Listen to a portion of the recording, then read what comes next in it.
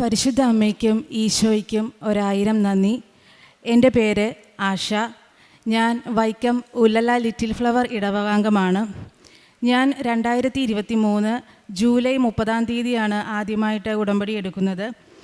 അതിനു മുൻപ് കൃപാസനത്തെക്കുറിച്ച് ഞാൻ കേട്ടിട്ടുണ്ട്. എൻ്റെ വല്യമ്മച്ചിയും എല്ലാവരുമൊക്കെ ഇവിടെ ഉടമ്പടി ധ്യാനം കൂടാൻ വരികയും ഉടമ്പടി എടുക്കുകയൊക്കെ ചെയ്തിരുന്നു. പക്ഷേ വിവാഹശേഷം ഏറ്റവും വലിയ ഒരു പ്രതിസന്ധി ആയപ്പോൾ മെറിറ്റ് കൊണ്ട് നേടാൻ പറ്റാത്ത ചില കാര്യങ്ങൾ എൻ്റെ ജീവിതത്തിൽ ഉണ്ടായപ്പോഴാണ് മാതാവ് എന്നെ കൃപാസനത്തിലേക്ക് വിളിച്ചത്. ഞാനിവിടെ ഉടമ്പടിയിൽ 6 നിയോഗങ്ങളാണ് വെച്ചത്. അതിൽ 2 നിയോഗങ്ങൾ എനിക്ക് സാധിച്ചു കിട്ടിയിട്ടുണ്ട്.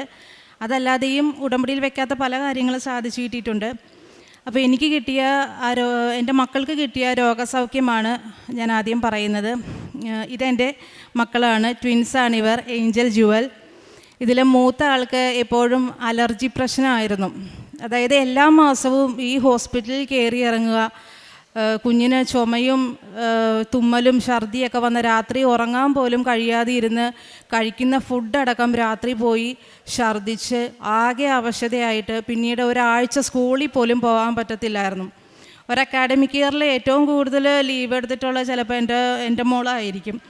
അപ്പോൾ അതാകെ വിഷമിച്ചു. മരുന്ന് കഴിക്കും, ഡോക്ടർ പറയും ഇങ്ങനെ പോയി കഴിഞ്ഞാൽ അത് ആസ്മയാകും, ശ്വാസം മുട്ടലാകും, അതുകൊണ്ട് ICH കോട്ടയത്തിലേക്കൊക്കെ മോളെ കൊണ്ടുപോയി ട്രീറ്റ്മെൻറ്റ് എടുക്കേണ്ടി വരുമെന്ന് പറഞ്ഞു.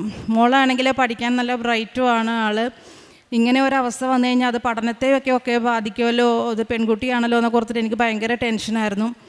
ഞാൻ ഇവിടെ ഉടമ്പടി എടുത്തു കഴിഞ്ഞ് വന്ന് എല്ലാ ദിവസവും രാത്രി മോൾക്ക് നെഞ്ചത്തും നെറ്റിയിലും വയറിലും എല്ലാം ഞാൻ ഉടമ്പടി തൈലം പുരട്ടാൻ കൊടുക്കും.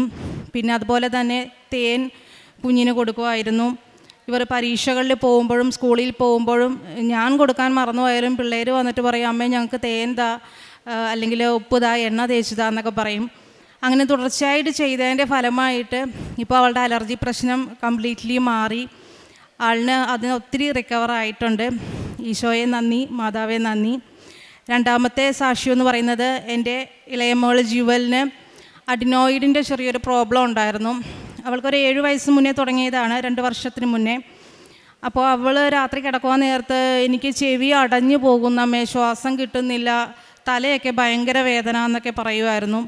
അപ്പോൾ ഇടയ്ക്ക് ഇതുപോലെ എന്തെങ്കിലുമൊക്കെ ബാമൊക്കെ തേച്ച് കൊടുക്കും. അങ്ങനെയൊക്കെ ആയി ഒരു രക്ഷയില്ലാണ്ട് അപ്പോൾ ഹോസ്പിറ്റലിൽ കൊണ്ടുപോയപ്പോൾ അവർ പറഞ്ഞു അഡിനോയിഡിൻ്റെ ഒരു പ്രോബ്ലം ഉണ്ട്, അപ്പോൾ അത് നമുക്ക് മാറിയില്ല എങ്കിൽ സർജറി ചെയ്യേണ്ടി വരും, 7 വയസ്സിൽ കഴിഞ്ഞ് വീണ്ടും നിൽക്കുവാണെങ്കിൽ സർജറി ചെയ്യേണ്ടി വരുമെന്ന് ഡോക്ടർ പറഞ്ഞു.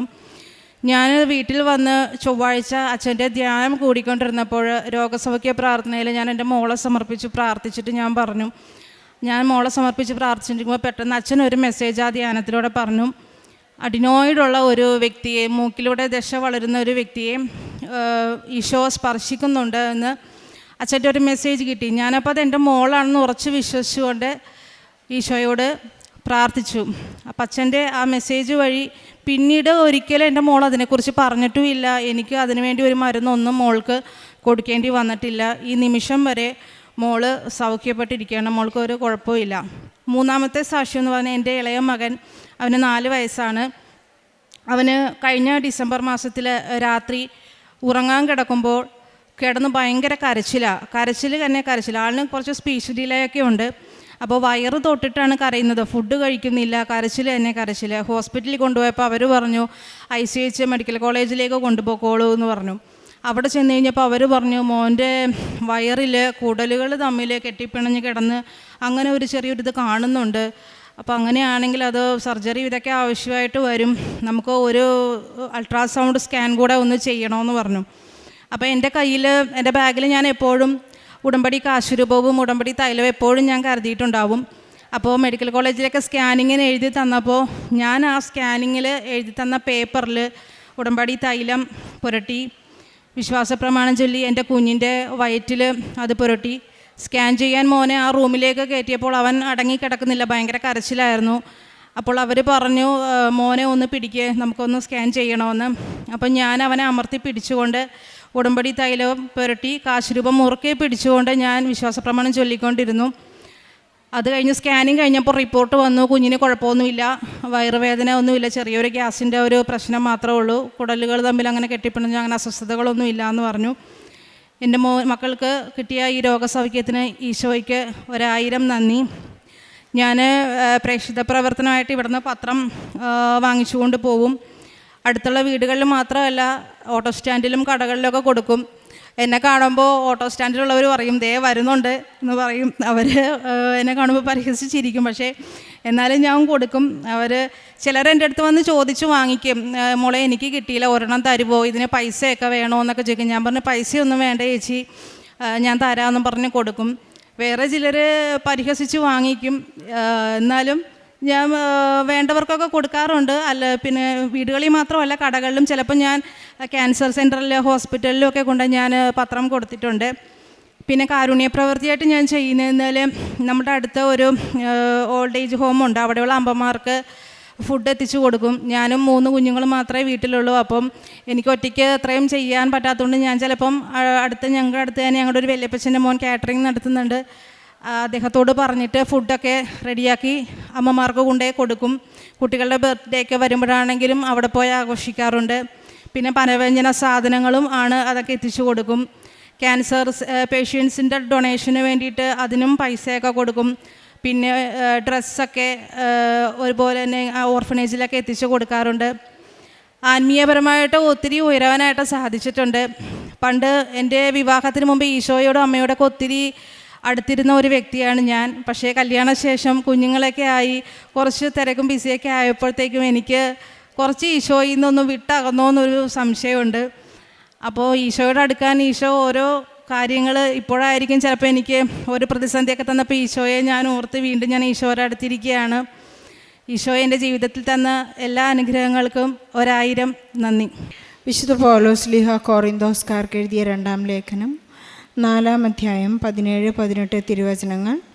ഞങ്ങളുടെ ക്ലേശങ്ങൾ നിസാരവും ക്ഷണികവുമാണ്, അവയുടെ ഫലമോ അനുപമമായ മഹത്വവും. ദൃശ്യമായവയല്ല, അദൃശ്യമായവയാണ് ഞങ്ങളുടെ ലക്ഷ്യം. ദൃശ്യങ്ങൾ നശ്വരങ്ങളാണ്, അദൃശ്യങ്ങൾ അനശ്വരങ്ങളും. ആശയുടെ 3 മക്കളുടെയും വലിയ സാക്ഷ്യങ്ങളാണ്. ആശയുടെയും സാക്ഷ്യങ്ങൾ വളരെ വലുതാണ്. കുഞ്ഞുങ്ങൾക്ക് എപ്പോഴും അലർജിയും തുമ്മലും അസുഖങ്ങളും അസ്വസ്ഥതയും. അതുപോലെ തന്നെ അവർ നിരന്തരമായി പ്രാർത്ഥനയിലായിരിക്കുമ്പോൾ ബഹുമാനപ്പെട്ട ജോസഫ് അച്ഛൻ്റെ ആരാധന ധ്യാനം കൂടിക്കൊണ്ടിരിക്കുമ്പോഴാണ് അവർക്ക് ആവശ്യമായ മെസ്സേജുകൾ കിട്ടിക്കൊണ്ടിരുന്നത്. അഡിനോയിഡിൻ്റെ പ്രോബ്ലം ഒരു കുഞ്ഞ് സൗഖ്യപ്പെടുന്നുവെന്ന് അച്ഛൻ വിളിച്ചു പറഞ്ഞ ഉടനെ തന്നെ കുഞ്ഞിൻ്റെ അസുഖം മാറിയതായും, അങ്ങനെ ഓരോ കൊച്ചു കാര്യത്തിലും ഞാൻ എപ്പോഴോ ഈശോയിൽ നിന്ന് അകന്നു പോയെന്നുള്ള ആ ഒരു വസ്തുത മനസ്സിലാക്കിക്കൊണ്ട് തനിക്ക് കൊച്ചു കൊച്ചു സങ്കടങ്ങൾ വന്നപ്പോൾ അതെല്ലാം ഈശോയിലേക്ക് അടുക്കുവാനുള്ള ഒരു അവസരം നൽകിയതാണെന്നും ഇന്ന് ആശ ഏറ്റു പറയുകയാണ്.